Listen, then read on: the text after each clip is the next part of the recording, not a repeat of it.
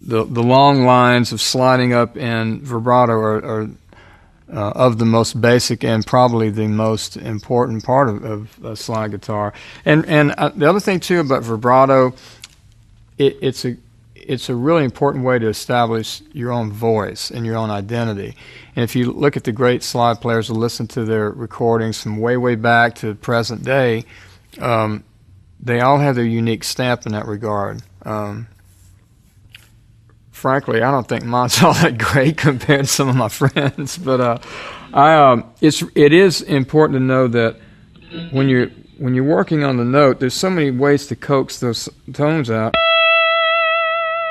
So you want to be able to have a slow, kind of in your bag, so to speak, different speeds for your vibrato, and that will help to interpret the song, because I really think that's what it gets down to for me, and I think for a lot of people is how you interpret the song and how does this help the song.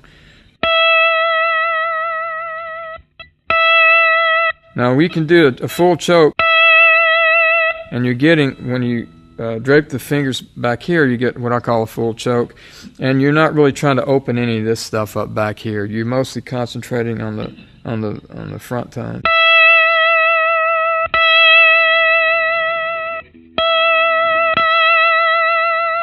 So depending, you know, you want to get that shimmer going.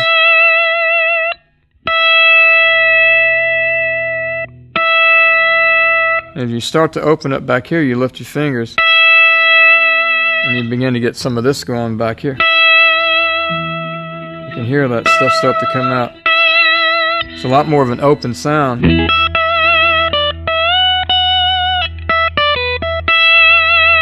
And the other thing, what I like to do is to move the right hand so that there are all different kinds of touch tones you can grab onto. And a lot of times what I'll do is lift the palm, just the opposite of what we were talking about earlier, and let all this open up.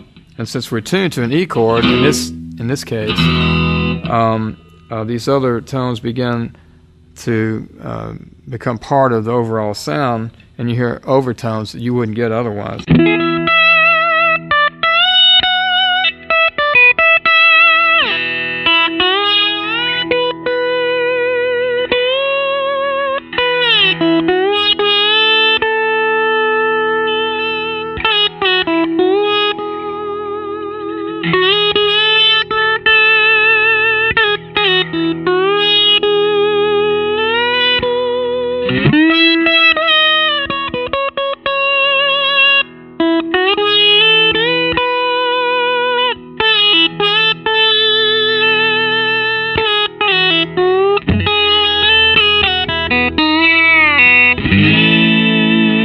That's bringing a chord into it.